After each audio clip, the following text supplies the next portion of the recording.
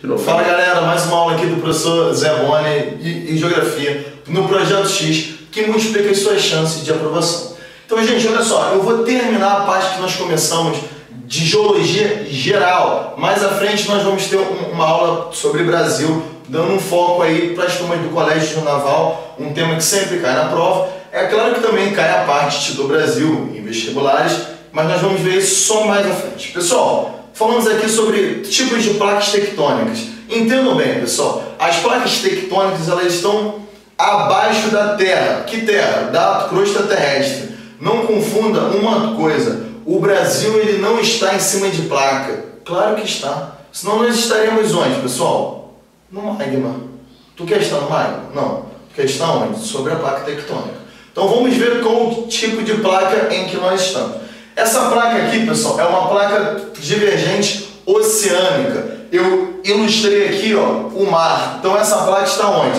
Abaixo do mar. Bem, entenda que essa placa ela é divergente. É que nem você e a sua namorada quando brigam, né? Vocês não querem ficar perto um do outro. E por quê? Porque o pensamento está divergindo, está se afastando. Então essa placa vai para lá e essa para cá. A partir do momento que elas se afastam, elas aliviam o quê? A pressão, e o magma ele vai o quê? Subir. A partir do momento que ele sobe aqui, pessoal, ele tende ao quê? Se solidificar, ficar o quê? Duro. Então essa áreazinha aqui vai o quê? Vai aumentar. Então nós afirmamos que é uma zona de expansão, está o quê? Em crescimento. Esse magma, quando ele chega a essa parte aqui de cima, ele forma a maravilhosa o quê? Crista. Isso nas placas oceânicas. Agora, existem outro tipo de placa, que é quando você está com saudade do seu namorado. Quais são essas placas? São as placas convergentes, quando você quer estar onde? Perto dele, né? Então olha só, pessoal, essa placazinha aqui, ó, ela está indo onde? Ao encontro dessa. Está havendo o quê? Uma convergência. Lembre-se sempre, nós estamos falando de placas oceânicas, que estão abaixo do mar. A partir do momento que essas placas aqui se encontram, lembre-se, essa aqui, ó, ela vai o quê? Vai se chocar com essa, e essa aqui vai mergulhar e está em contato com quem aqui, Zé? Com o magma. Então vai haver o quê? Uma subducção com esta placa aqui da sua direita, enquanto essa placa da esquerda ela tende ao quê? A se flexibilizar, como nós vimos da formação a uma dobra. Então, pessoal, aqui ainda nas placas convergentes, o último exemplo que eu dei eram placas o quê? Oceânicas. Agora nós temos uma que é oceânica e essa aqui que é continental. Esse exemplo nosso aqui é a placa dinásica. E esse outro exemplo aqui é a placa sul-americana. É a nossa placa, é a placa que o Brasil está em cima. Olha só, pessoal. A násica ela é formada basicamente de silício e magnésio. É a placa que você chama de cima. Então ela é uma placa mais densa. Ela vai o quê? Vai mergulhar e está em contato aqui, ó, com o maravilhoso magma. Enquanto a placa sul-americana, essa partezinha dela ela é formada de silício e alumínio. Aí lembra-se da placa de alumínio, que é uma placa leve. Logo ela vai o quê? Vai haver dobras, vai dobrar. Esse exemplo aqui, pessoal, são os Andes, não é isso? Que é um exemplo de montanha. Só para nós lembrarmos, pessoal, no Brasil nós não temos montanhas. Lembre-se que montanha se forma a partir do encontro entre placas. Agora dá uma olhada aqui nas placas convergentes, porém essas aqui nós temos o quê? Placas continentais. Gente, a ideia aqui vai ser basicamente a mesma. Só para você lembrar que essa placa aqui ela está numa zona o quê? De metamorfismo, pessoal. Aqui vai ser outro processo. Uma ideia bem legal aqui para você lembrar é o seu copo de Coca-Cola. Na festa você quer sempre beber mais, né? Então você enche o copo até a borda, não é isso? Só que a Coca-Cola ficou o quê? Ela ficou quente. Aí você põe um gelo. O que acontece, pessoal? Esse copo ele já está até o seu topo. O volume dele já está no máximo. Quando você põe o gelo, esse líquido ele quer o quê? Extravasar, liberar e jogar tudo pro ar. Sempre com a Cláudia Leite, não é isso? Bem, o que ocorre? Essa placa aqui, ó, ela está com o seu volume, ela vai derretendo e aumenta o volume do magma. O magma vai o quê? Vai dançar com a Cláudia Leite, vai extravasar e você vai ter a formação do maravilhoso, da maravilhosa lava, ou seja, esse vulcão vai entrar em erupção.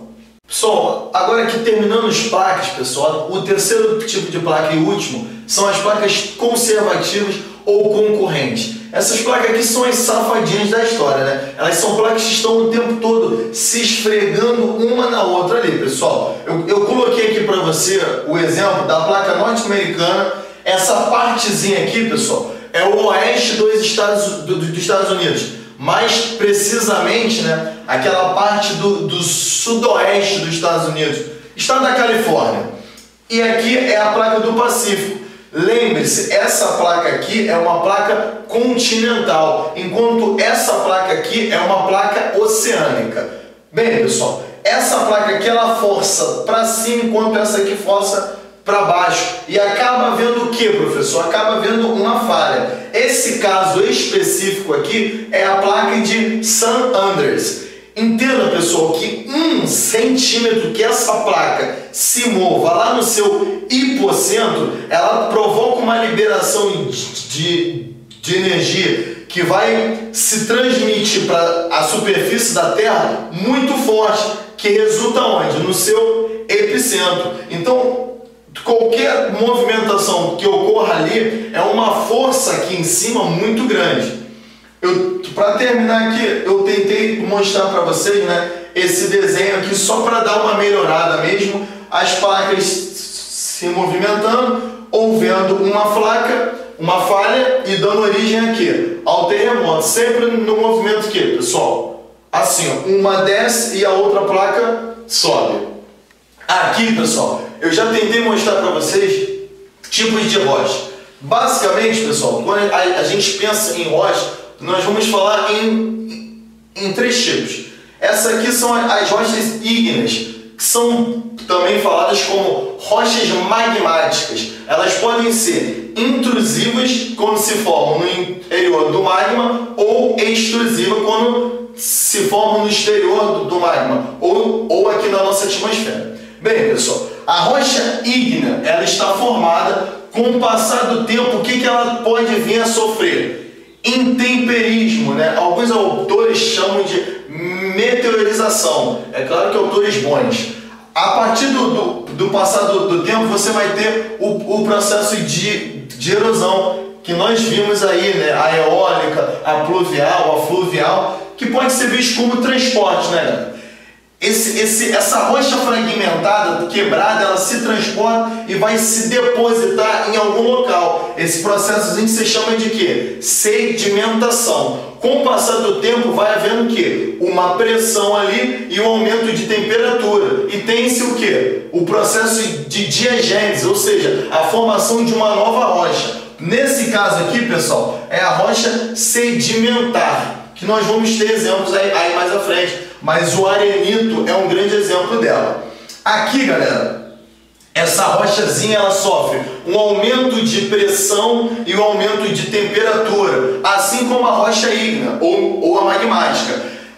Aumenta a temperatura, aumenta a pressão, aumenta a temperatura, aumenta a pressão, vou dar origem a quem? A rocha metamórfica aqui, pessoal. Esse processozinho de aumento de temperatura e de pressão é o que se chama de metamorfismo, que dá origem às rochas metamórficas, certo, pessoal? Bem, essa rocha metamórfica aqui, ela vai dar o princípio de fusão ali, ela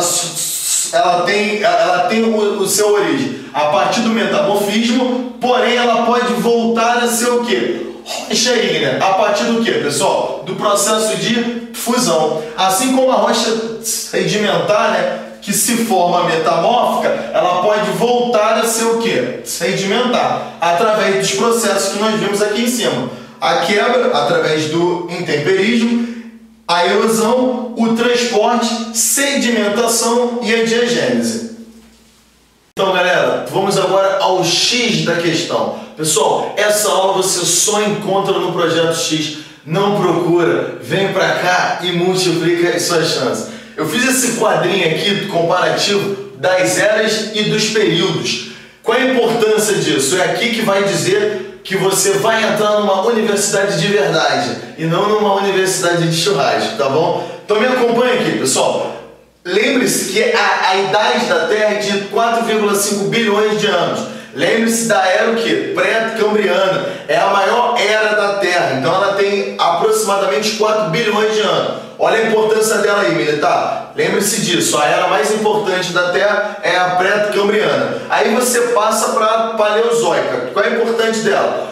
Lembra antes o que ela é? Zoica é vida. E paleo, você lembra ou do carro do seu pai, que é antigo, ou lembra da profissão do Royce, do Friends. Ele estuda o quê? As vidas antigas. Bem, pessoal, essa paleozoica é dividida nos períodos. Esses períodos aqui, ó, eles lembram as cidades onde se encontraram os fósseis. Mas entre esses períodos, eu quero que você dê um enfoque principal ao Carbonífero. O Carbonífero, ele data, né, a formação do carvão. Então tem uma importância maior, que é para você entender as jazidas, né, desse recurso no mundo.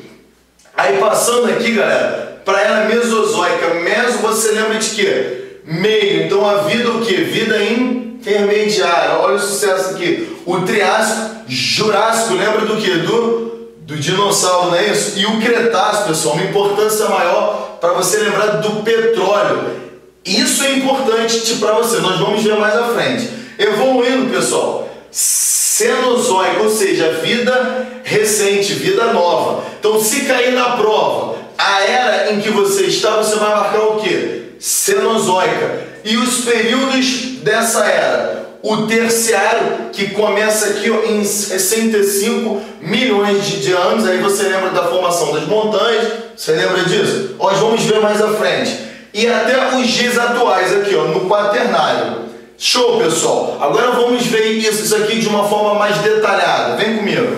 Olha só, pessoal. Eu tentei fazer um quadrinho aqui para mostrar as datas principais no Brasil, militar. No Brasil. E os eventos principais no Brasil. Então, olha só. Há 4 bilhões de anos, nós estamos falando do período que? Dá uma olhada aqui. Da era pré-cambriana. Então olha a importância disso, um período bem antigo. Olha o que você tem. Vamos dar trabalho para o cameraman, ele está ganhando muito bem para fazer isso. Rochas o que? Antigas, as mais antigas. Aí você chama isso de quê? Escudos cristalinos, lembra? Que existem os metálicos e os não metálicos. Aqui, ó, os metálicos. Serra dos Carajás, lá no norte, lá no Pará. Aqui, ó, formação de ferro, pessoal. Olha como que é um período antigo. Há 3 bilhões você vai ter a formação da Pangeia. Lembra disso? O supercontinente que concentra todos os continentes que estão separados antes. Hoje, antes eles eram o quê? Formavam um só, que você chamava de Pangeia. Isso na era o quê? Pré-cambriano. Aí dá uma olhada aqui agora, há 1,8 bilhões de anos você tem o quê? A formação dos crátons da Amazônica e do São Francisco. A importância, mais uma vez, pessoal, esses 3 episódios aqui estão na era pré-cambriana. Aí você lembra do quê? Da estrutura antiga, da montanhas, morros, estão em formação aqui. Agora vamos evoluir aqui, volta para cá. Aqui eu estou falando agora do Paleozoico. Dá uma olhada aqui na data. 545 milhões de anos. Volta para cá aqui, ó. Aglutinação da Gondwana. Lembra que nesse período aqui a América estava anexada a quem? A África. Formando o quê? Um continente maior. Evoluindo, pessoal, a aproximadamente 360 milhões de anos, você vai ter o quê? A formação das florestas que originaram o carvão no sul. Lembre-se que esse carvão aqui ele apresenta uma baixa qualidade. Mas qual é a referência dele? Vem para cá, ó. Aqui, ó, 354 milhões de anos. Qual o período, professor? O Carbonífero. Professor, isso aqui está ligado à formação de carvão? Diretamente ligado. Volta para cá, pessoal, aqui, ó. Dá uma olhada na data. Se ficou com dúvida, vai na data. Um pouquinho mais embaixo, aqui, ó, 120 milhões de anos.